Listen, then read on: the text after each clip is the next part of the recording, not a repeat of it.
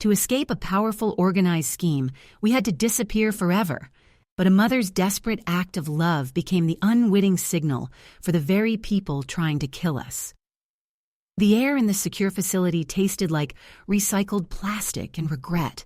Fluorescent lights hummed a monotonous dirge overhead, casting a sterile, unforgiving glow on the gray linoleum floors. Every sound was muffled, swallowed by the thick walls designed to keep secrets in and the world out. This was the last time I would see this room, the last time I would breathe this air. In less than an hour, my husband Mark and I would walk out a different door, with new names, new histories, and a future that felt as blank and terrifying as a starless night sky. The man in the cheap suit, Agent Henderson, had laid out the rules with the emotional investment of someone reading a grocery list.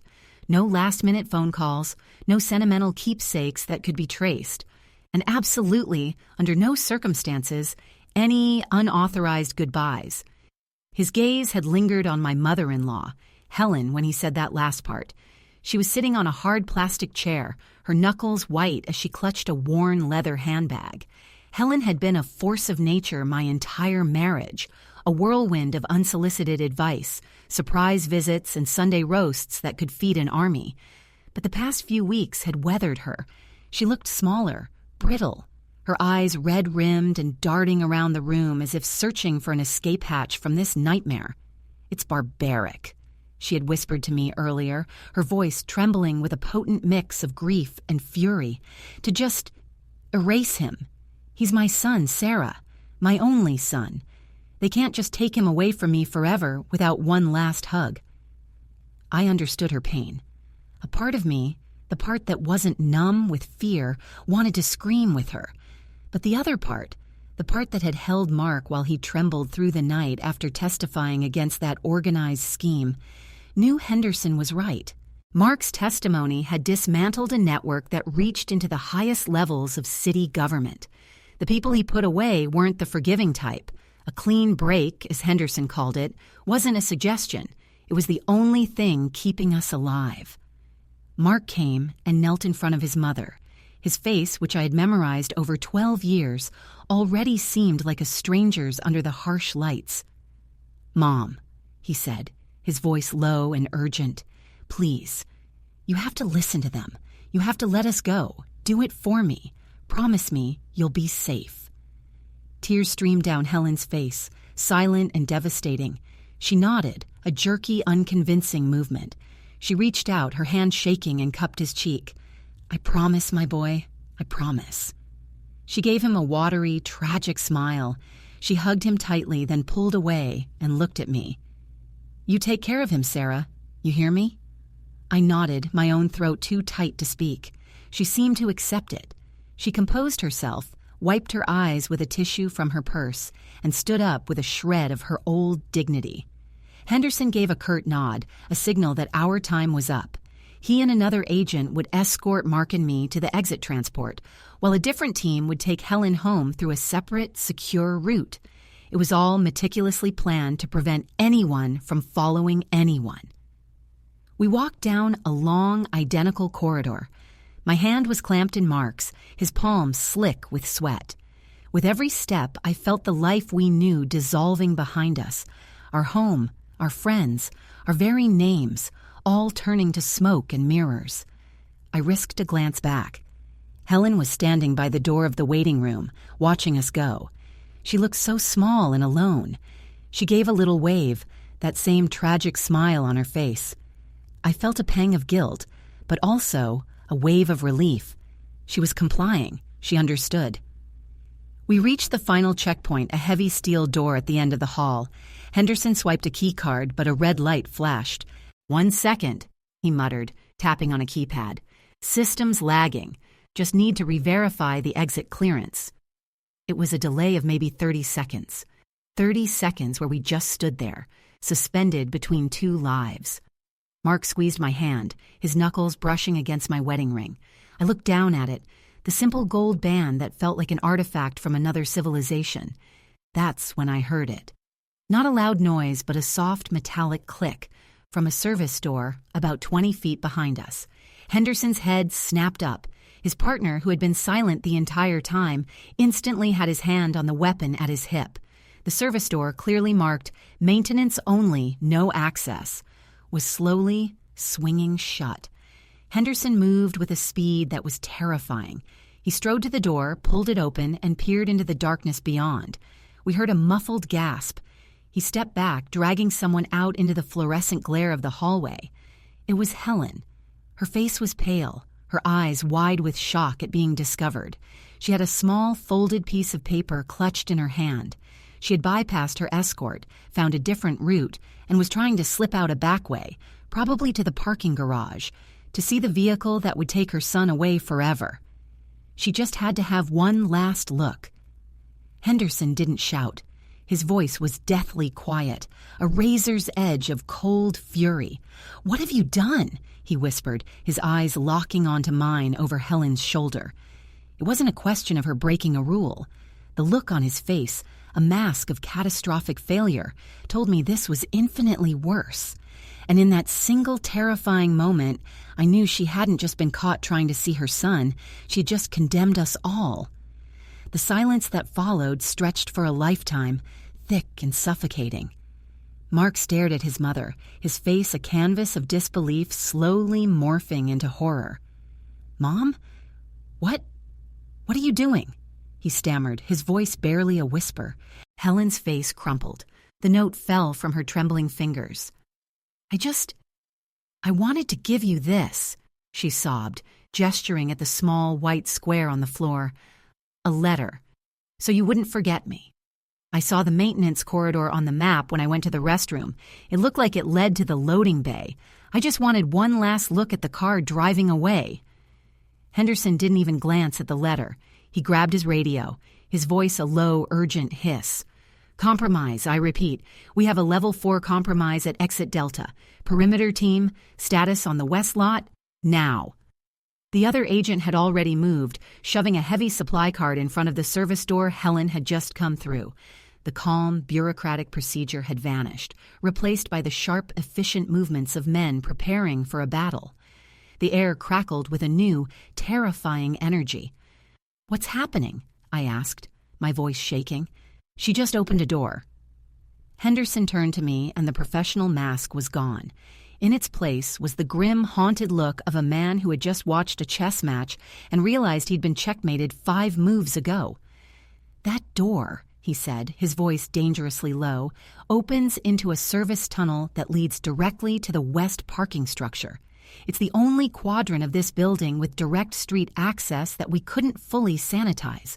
We knew it was a vulnerability. We planned the entire extraction around avoiding it. We flagged it as the most likely point of ambush." He took a sharp breath, his gaze boring into Helen, who was now weeping uncontrollably. "It wasn't just a back door. It was the bait, and you just told them we're here." A klaxon began to blare. Not a loud, piercing siren, but a deep, pulsating alarm that vibrated through the floor. The fluorescent lights flickered once, twice, then switched to a dim, red emergency glow. Mark looked like he'd been turned to stone, his eyes fixed on his mother as if seeing her for the first time.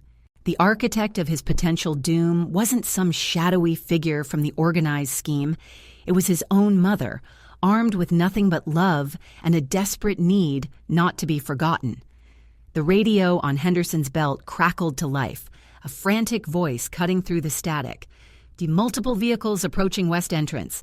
They're not our guys, I repeat, they are not our guys. They're cutting off the exit." "Go now!" Henderson roared, grabbing my arm and shoving me forward, away from Helen, away from the compromised exit. "Plan B is scrubbed. We're improvising. Move!" The other agent grabbed Mark, who seemed frozen, and pulled him along.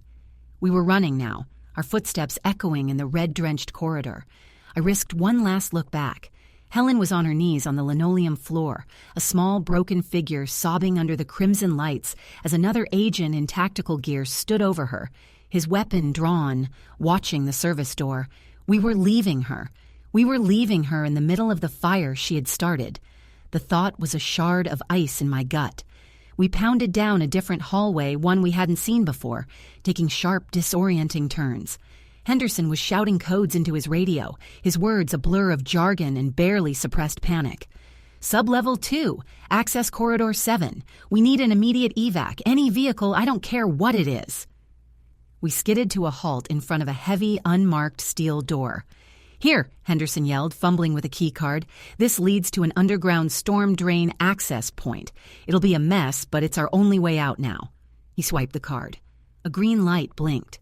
The lock made a heavy, satisfying thunk as it disengaged. For a split second, a wave of hope washed over me. An escape. A way out of this concrete tomb. Henderson and his partner put their shoulders to the door, preparing to heave it open. But just as the door began to move, a sound from the other side froze us all in our tracks. It wasn't the distant sound of the approaching vehicles we'd heard about on the radio. It was close. Terrifyingly close. It was the screech of tires on pavement, a car braking so hard and so fast that it could only be feet away from the other side of the door. The sound was immediately followed by the heavy, rhythmic slam of multiple car doors. They weren't just at the west entrance. They were here, waiting for us. Henderson's face went white. He slowly pulled his hand back from the door, his eyes wide with a dawning, unspeakable horror. The storm drain wasn't an escape route. It was the kill box. Back! Henderson hissed, shoving us away from the steel door with a force that sent me stumbling into Mark. They weren't waiting at the west lot. They were waiting here. They knew Plan B. His eyes, lit by the hellish red glow, darted around the corridor, searching for an option that no longer existed. The organized scheme wasn't just guessing. They had a source. The realization hit me with the force of a physical blow. The breach hadn't just been Helen's foolish dash through the service corridor. The whole system was compromised. Someone on the inside had been feeding them information all along. The agent with us drew his weapon, its dark metal glinting in the emergency lights. How? He growled at Henderson. Doesn't matter now, Henderson snapped, his mind already racing past the betrayal. He pointed to a ventilation grate high up on the wall. That's it, our only shot. He turned to Mark. Can you climb? Before Mark could answer, a thunderous boom echoed from the steel door, so powerful it made the concrete floor vibrate. They weren't trying to pick the lock, they were going to blow it open. Panic, cold and sharp, seized my throat. The other agent didn't hesitate. He kicked a nearby trash receptacle over, jumped onto it, and started working on the grate. It's bolted, he yelled down. Break it, Henderson ordered. Mark, finally jolted out of his shock, scrambled up to help. They tore at the metal cover with their bare hands, their grunts of effort mixing with the sickening sound of another heavy impact on the door. It was starting to buckle inward. Sarah, get up here, Mark yelled, his hand outstretched. Henderson gave me a boost, and I clawed my way up beside them. The grate was coming loose, metal groaning in protest. One more heave, and it ripped free, clattering to the floor. Go, go, Henderson urged from below. Mark scrambled into the dark, dusty opening first, then reached back for me. The space was tight, filled with a century's worth of grime and cobwebs. I squeezed through, my heart hammering against my ribs. Just as I was clear, a deafening explosion ripped through the corridor. The steel door blew inward in a shower of sparks and shattered concrete. I screamed as the agent who had helped us was thrown against the far wall by the force of the blast. He didn't get up. Henderson, shielded by the corner, returned fire into the now open doorway. The sharp cracks of his weapon were deafening in the enclosed space. Move, don't look back, he roared, his voice filled with a desperate finality. He was buying us seconds. He knew he wasn't getting out. We scrambled through the vent shaft, crawling on our hands and knees. The sounds of the firefight faded behind us, replaced by the frantic rasp of our own breathing. We crawled until our knees were raw, following the shaft as it twisted and turned.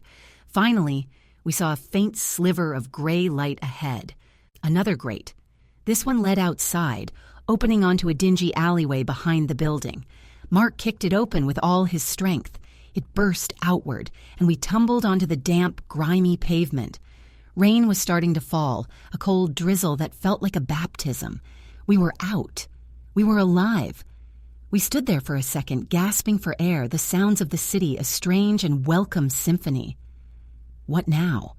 I whispered, my voice hoarse. We had no names, no money, no car, no plan. Henderson and his entire operation were gone. Mark's face was grim, but the paralyzed shock was gone, replaced by a hard resolve. "We keep moving." He took my hand and we started running, disappearing into the labyrinth of the city as just another two nameless faces in the crowd. The weeks that followed were a blur of cheap motels, bus stations, and borrowed cash from the emergency stash Mark had secretly kept. We traveled north, shedding our old lives piece by piece. We learned that the investigation into Mark's case was officially compromised and suspended. Henderson and two other agents were listed as casualties in a training accident. The leak was never publicly identified. The organized scheme had won, but they hadn't gotten us. Months later, we were in a small coastal town in Oregon, living under new names. Mark was working as a mechanic, and I was a waitress at a local diner. Life was simple, anonymous, and quiet. The terror had faded into a dull, constant ache of what we'd lost. One evening, a letter arrived at our small post office box. It had no return address and was postmarked from a town we'd never heard of. The handwriting was shaky and unfamiliar. My hands trembled as I opened it. Inside was a single sheet of cheap notebook paper. It was from Helen. "My dearest Sarah and my son," it began. "If you are reading this, then some small part of my prayer was answered. I know I have no right to ask for forgiveness. My love for my son made me blind and selfish, and I led the wolves to your door. I live with that knowledge every day." The letter went on to explain.